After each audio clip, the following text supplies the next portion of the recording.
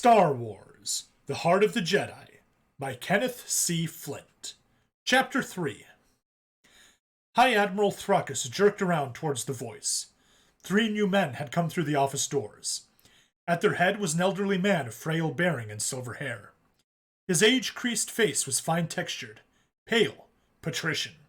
His dress was simple, loose tunic and pants of white, belted by a wide sash of a deep purple hue. A plush and flowing cloak of the same color hung about his shoulders. The other 2 men, a bit younger in look, wore similar garb, but with blue sashes and cloaks. The three faced those at the desk with a bold air. Thrakus returned their looks with one of indignation. "Senator Valadian," the High Admiral said icily, "you presume to invade our private office unannounced?" "I heard you come," the elder man replied in a calm but firm tone that showed not the faintest tinge of intimidation. "I wanted to make things clear to you at once. There will be no more fighting. We have asked for and been granted a ceasefire." "A ploy, I'm sure," Thrakus said in a positive, dismissing way, "to give us time." "I assure you, High Admiral, it is most definitely no ploy," Valadian answered earnestly. "The Force is with the rebellion. The Jedi have returned." "The Jedi!" Thrakus snorted derisively. "One boy!" Valadian stepped forward. His manner was both feisty and unremarkably strong for one of such frail look. He retorted uncompromisingly. "That one boy has been sufficient to destroy the Emperor and Vader. And if we continue to resist, we will be destroyed as well. The Emperor swore that the Jedi Knights had been wiped from the galaxy, that their threat was forevermore swept away." He paused for the full effect, then hammered on. "He was wrong. We have no other choice. We will make peace." Thrakus now stepped forward too, confronting Valadian at close range. He towered over the older man, speaking brusquely in outrage. "You can't mean it. It's madness. I refuse." Still unintimidated, the senator raised a finger to point warningly into the other's face. "No. Listen to me, Thrakus," he said in still calm but decidedly threatening tones. "The Emperor's government no longer controls here. Neither do you. The Imperial Senate has regrouped on its own to take back leadership." He cast his gaze meaningfully around at the other officers. "And it is the order of that Senate which you will all follow now. No one else's." With this, Valadian wheeled in a dramatic swirl of cloak and strode out with his fellows, leaving the officers to stare at him. Most looked dumbfounded, but Thrakus's features showed him to be seething, face drawn tight in rage, eyes glaring after the senator with a bright flare of hate. "Admit defeat," the High Admiral said through gritted teeth. "The greatest military power in the galaxy. Let ourselves be humiliated by a dissident rabble of dreamers, misfits, and malcontents." He swung around to the others, stepping back to the desk to confront them fiercely. "No!" he cried, a fist slamming to the desktop. "We cannot let that happen." But to act now would make us rebels too," an anxious Dakova complained. "The reappearance of the Jedi has awed and frightened most in the system. They support the Senate's call for a swift peace." "He's right," Cantos admitted, but more reluctantly. "Few would support us, and to challenge the Senate would only tear the splintering empire further apart." Thrakus looked around the cowed men in disbelief at what he heard. "We are officers of the Imperial High Command," he told them with great pride. "We cannot just give up to terrorists. We will not." He leaned forward on the desk to fix a savage gaze on them, adding with a chilling certainty, "Somehow, we will destroy this traitorous quest for peace with the rebellion." Anyway, Snowball says that on his last stream he had simps, and that is how he got a new avatar. Oh, very nice. A flight of stiletto-nosed X-Wing fighters slashed down through the clear atmosphere of the blue-gray planet, heading for its rugged surface. It was the mountain planet of Torbraline, and the ships leveled at good altitude to safely whip across its sterile, rocky terrain of deep valleys and high, snow-capped peaks. With the Empire in decline and their problems with the Siruk, Nagai, and Toph behind them, both the Alliance High Command and the fleet knew it was time to settle and commence the difficult challenges involved in governing. And for those of you curious, I believe that reference, at least to the Siruk, is from the Truce at Bakura. Truce at Bakura? Bakura? One of those two.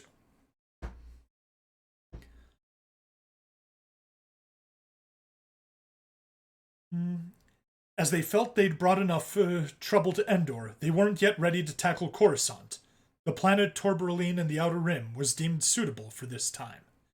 As they swept in closer to one tight cluster of peaks, it could be seen that the seemingly empty tips of some actually held camouflaged ion cannon emplacements. The big globular turrets with their up-thrusting muzzles were set deep into the rock for protection. The ships slowed, gliding down past another peak, where both electronic and human lookouts kept a watch, and headed for what appeared at a distance to be a ragged fissure in the cliff face below. The X-Wing slowed further as they neared it. The crack could now be recognized as the camouflaged entrance to a hangar bay. The ships glided through it and into the lit space that opened impressively beyond. It looked as if the entire top portion of the mountain was a hollow one, forming a single vast chamber, its sides of smooth stone tapering up neatly towards a dome, gave evidence of its mechanical construction. An artificial sun glowing warmly in the dome shed a clear light on the open floor of this hidden landing bay. It was thickly scattered with various types of ships, mostly small, mostly bristling with armaments. Hundreds of living beings and droids of widely arrayed types moved busily around, servicing the fleet. The X-Wings slipped in above them, hovered, and at the direction of men waving directional lights, dropped smoothly into a cleared space in the bay. As ground crews swarmed in around them, another, smaller group of beings came into view beyond, weaving its way towards the crowded, bustling floor. Princess Leia Organa led the group, in company with a gray-bearded man in baggy brown uniform. Behind them, Luke Skywalker and Han Solo walked together while the Wookiee Chewbacca brought up the rear alone. Leia and the bearded man were locked in conversation. She, clearly the eager focus of the man's whole attention, listened as he continued. "And we're all most happy to see you here, Princess." They looked around to see a young man in the orange flight suit of a fighter pilot jumping down from the ladder of one of the X-Wings. He waved enthusiastically as he rushed towards them. As he reached the group, a beaming Luke cried, "Wedge!" and moved to meet him. The rest watched while Luke and the other man hugged warmly as old friends. The two pulled apart to grin at one another, the rare smile bringing much of the youth back into Luke's dour face. "I'm glad to see you made it through, Wedge," he said earnestly. "Always do," Wedge casually replied. "Good to see you in one piece, too." He looked around the others. "And the rest of you okay?" "Not for any lack of trying by our Imperial pals," said Han. They took up their walking again, Wedge falling in with them. He nodded agreement with Han's words. "I know what you mean. We've had some hot times ourselves. A tough bunch of those Imperials are even in retreat. I can't say we're relieved by the ceasefire." "Do you think it's for real?" Luke asked. Wedge shrugged. "Seems to be. My flight's just returned from a long recon sweep. There's no action we can see." "I just can't believe it," Han said skeptically. "Those cold-blooded rotters just give in?" "I have to admit I feel some doubts myself," Wedge said soberly, and smiled again as another thought came to him. "But hey, there's some others here who'll be happy to see you." He looked around him at the busy floor. "I'm a little surprised they haven't shown up by now. Matter of fact, should be close by somewhere." As if in response to him, a familiar and distinctly excited series of squeaks and whistles sounded from across the floor, growing rapidly louder. At the sound, Luke grinned once more, even more broadly. "I think I can guess who," he said. All stopped again to look towards the approaching noise. The short, blue and white barrel-shaped form of the droid R2-D2 rolled towards them through the clutter of the floor, followed closely by the gold, roughly human figure of its faithful counterpart, C-3PO. R2! Luke greeted from the now gleefully bleeping little droid, patting its dome top. That rounded section pivoted back and forth like the head of a puppy beneath its master's hand, and the swivel lens of its camera eyes switched happily. Han stepped up to the man-like droid. "Hey, Goldenrod," he greeted heartily. "How's it going?" His friendly slap across 3PO's back had enough force to stagger the metal being. With a whine of neudraulic muscles. That's an interesting word. Combination of pneumatic and hydraulic, I guess.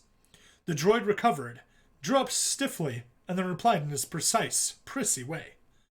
"Well enough, Master Solo, considering." He paused, and a tiny but definite tone of resentment appearing, adding an edge to the normally reserved voice. "Though, to be quite honest, R2 and I have not enjoyed being abandoned here like cast-off scrap while you all went adventuring around the galaxy.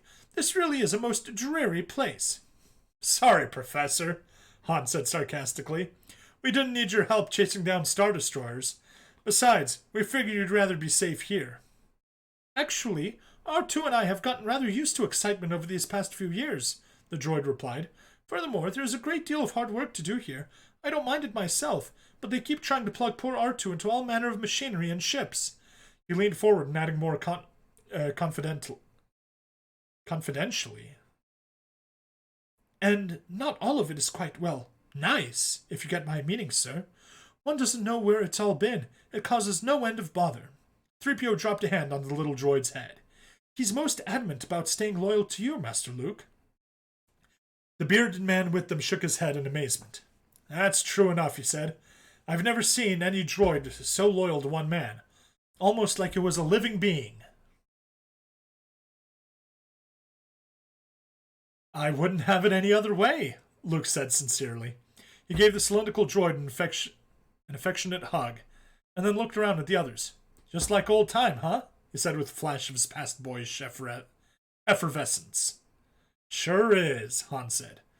Chewie growled his own agreement. "Rah!" Oh, that was terrible. Everyone dislike the video just for that horrible, horrible Chewie impression.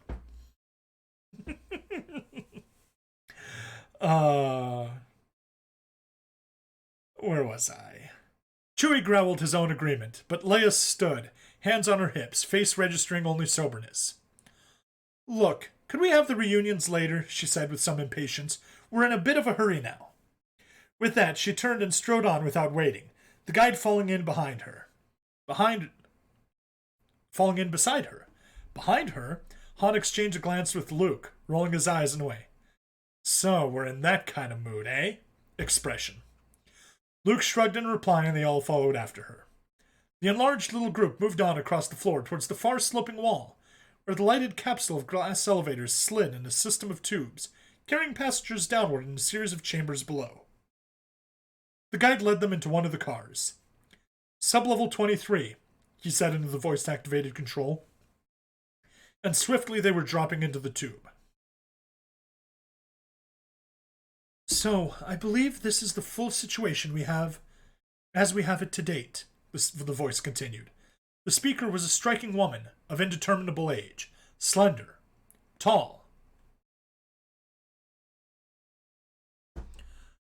"And excuse me while I ban that spammer." There we go. That doesn't seem to have done it.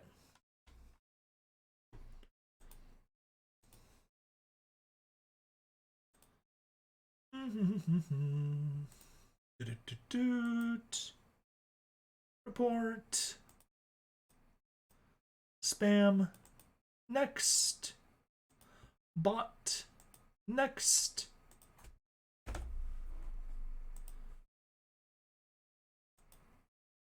There we go. And why can I not get rid of it? There we go. Ban. Much better.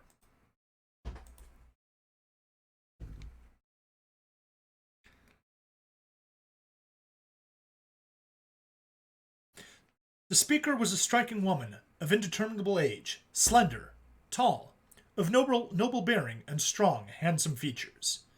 Her even, soft, but still commanding voice carried easily across the large circle of table to all those who sat about it. The messages have been encrypted with special seals which we've identified, she went on. Voice and images have been verified as well. There is no doubt it is the Senator Taj Valadian to whom we've spoken. The table was a single mass of rock carved into a rough circle, the green and gray swirls of its marble-like surface polished to a soft sheen. A light from above was projecting a slowly turning holographic image of the Senator's head just above the tabletop's center. Around it sat Princess Leia and her comrades. In addition to the older woman and a dozen men in uniform, Leia now addressed the woman. And you feel he's proven they're in control, Mon Mothma? The woman nodded. Valadian has provided us with many assurances, as well as the confirmed statements of senators, almost all of those who survived the Senate's disbanding by the Emperor, representing nearly 12,000 systems. They categorically support him and corroborate his claims. His claim. The room in which this meeting was taking place was a smaller version of the hangar bay, a simple smooth-walled cone cut from the living rock. A lens-studded globe suspended within its apex provided rays of illumination and projected the holographic beam as well. Leia closely studied the image floating within it. Senator Valadian, she said thoughtfully. He was a good friend to the people of Alderaan. I knew him as a girl. Then you must see why it is so vital that you go, Leia, Mon Mothma put in. In addition to your own contacts with the Senate as Alderaan's ambassador, you are of the old royalty, the ruling classes of the old Republic's time. No one is so fit to negotiate a peace with them. At this, Han piped up with some force. I just don't see how you can believe this, Clark. How can this senator suddenly be calling the Empire's shots? At his abrupt outburst, the others looked in some surprise to him. Mon Mothma's gaze was somewhat disapproving, as if he were a rowdy pupil speaking out of turn. How much do you know of the galaxy's history? She asked plainly, though Han thought he could detect a note of condescension. I know enough, he retorted defensively, but I've been a little busy trying to stay alive to take lessons. Leia swiftly moved in, speaking in more patient tones to him. Han, what Chief of State Mothma means is that the Senate has been the accepted form of government in the Old Republic for 25,000 years, and the Royal House of Alderaan has been part of that since its inception. Yeah, Han accepted. I know something about that. And when old Palpatine took power, he eventually shut down the Senate. Right, Leia agreed. That body had long been a figurehead anyway, a semblance of democracy to help keep the local systems placated while he gradually replaced them with Compnor, the Moffs, and the Imperial Ruling Council. I'm not sure what Compnor is. I never understood why he didn't wipe the whole bunch out as soon as he declared himself emperor, said Han. He was sure ruthless enough. He was. This came from Mon Mothma. Even so, he didn't dare, for all his power would only have confirmed what the Separatists had been saying and led to further secession. So the Senate, at least those members who didn't openly oppose him, were allowed to survive. And now they're reformed, Leia said. In the vacuum the Emperor's death has left. Some have looked to them for leadership, and in the panic our new victories have bought, the senators have seized the chance to make overtures for peace. Han shook his head, clearly not yet convinced. After all this fighting, why should we trust them about this? Because if it's true, it could save millions of lives.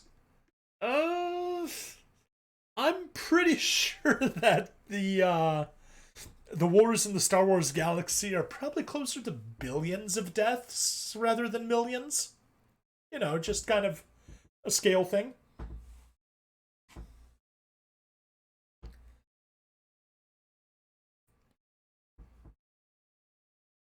Because if it's true, it could save millions of lives, Leia replied. Who knows how much longer this war might last?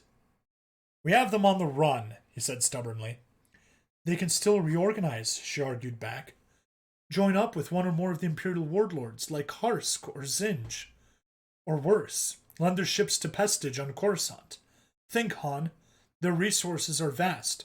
Only a quarter of their sectors are in our hands. A chance at peace is worth the risk. I agree, Mon Mothma said firmly. Even a small opportunity must be investigated. But, she added more cautiously, General Solo expresses a salient point. We must also be careful. Even if they are sincere, there will be those on both sides against such a peace. Negotiations must be handled under the greatest security. We are now seeking a neutral planet, something safely placed.